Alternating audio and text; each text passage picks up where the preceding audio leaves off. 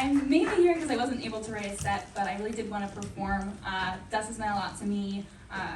As I was here at Duke, it was just this beautiful community of people who were funny and the safe space, and I joined not thinking I was going to write or perform, and I did last year, and it was just one of the best experiences I had. So this is mainly just a thank you to the team, and my way of saying that we're going to have a really great show tonight.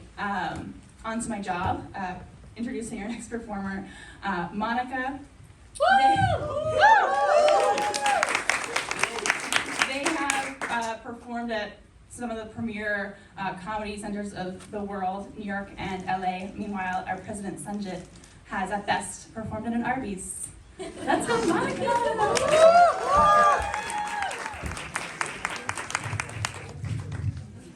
How's everyone doing? Yeah? Is everyone doing good? Do I look like Waldo as a lesbian mechanic? Yes, I do. Thank you, thank you. Has anyone else been having a rough week this week? Yeah! On Monday, I took my iPhone and I searched Duke caps. And the first thing that came up was the Duke University store Centennial baseball hats. But we're in the home stretch, which is my favorite yoga pose. And Beach Week is coming up. If anyone's doing anything fun for Beach Week. I know a lot of you ladies out there are trying to get that hot girl summer bod. And I've been doing a lot of thinking about it, and I've come to the realization that the ideal beach body is, in fact, a lobster. With claws, thank you. We tend to do this thing with women's bodies where we compare them to the shapes of fruits, like apple-shaped body, pear-shaped body. I like to think my body is an avocado shape, because it's like pear-shaped but with a deep pit inside. I tend to spread myself out too thin. People think I'm really exotic, but then when they get to know me, I'm actually really bland. So I recently quit veganism. Thank you, thank you, thank you. I was in New York last semester, as Alex described, and I was having this night on the F train. I was sitting by myself, and I was just really sitting, and I thought to myself, if I don't get a slice of pizza right now, I'm gonna fuck some shit up, and then I quit veganism. I was vegan for 4 years, and I know people get into it for different reasons, like for animals, for the environment. Me, I really like veganism because it gave a voice to all of the marginalized vegetables. Like if it wasn't for Trader Joe's fake pulled pork jackfruit would not have a voice in this country. Thank you. So as Alex also described, I did a bunch of stand-up last year. I was away from Duke, and I did stand-up both in LA and New York. And I'll start with LA. The LA comedy scene is amazing. It's just this beautiful melting pot of stories and pot. People are always like, haha, laughter is the best medicine. That's not true. If that was true, comedians wouldn't have to self-medicate.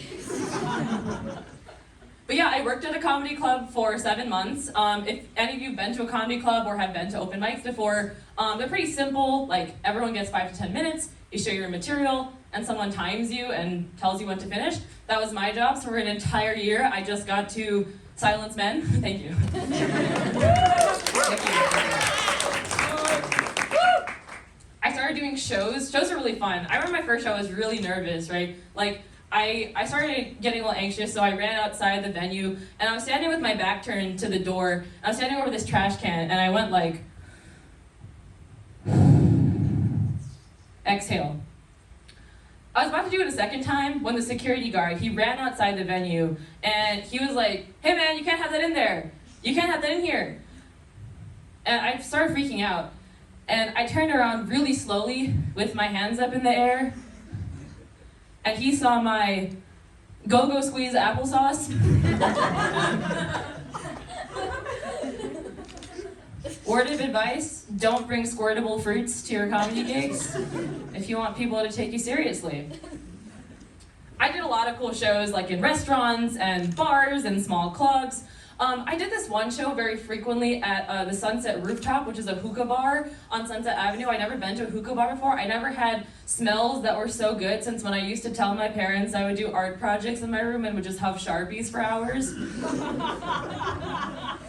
really resonated with one person in this audience.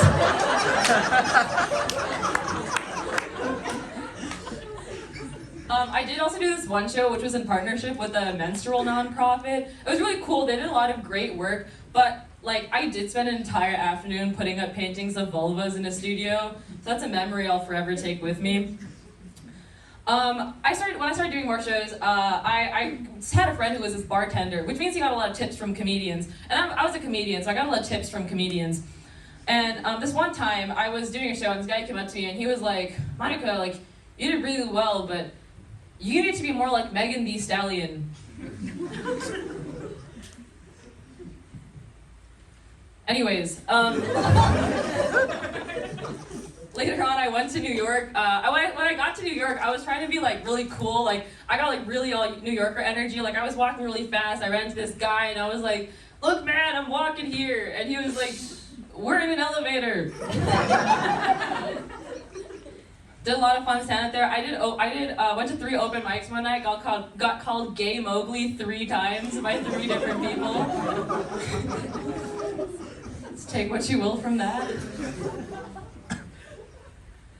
Yeah, so, you know, it was an incredible year, and, you know, I'm not sure if this was, you know, the most interesting use of my career, but I definitely owe it to this stage and to this club and to this community for giving me the courage to try.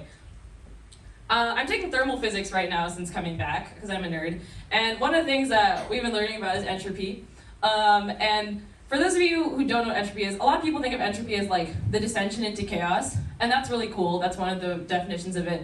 But what entropy also is that it's a measure of how many states a system has. And if you know anything about thermodynamics, you know that a system will always tend towards the states with the highest entropy, the most possibilities. I feel like I'm at this point in my life where I'm seeing all the possibilities that are laid out for me, but trying really hard not to get lost in the chaos. Like, I keep getting called peculiar by teachers.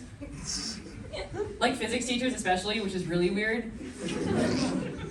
Like someone who goes against the grain, like one of those renegades with celiac disease. Take my birth control pills out of order, just because I like to spice things up. I got to see how the sausage was made in a lot of different really cool fields, whether that's stand-up and arts, even clinical neuroscience. And, you know, now I have the task of carving my own vegetarian sausage. And I just want to say for all of you in the audience, like if you leave here with anything today, is that the world's your vegetarian oyster. Do what you want with it. Thank you.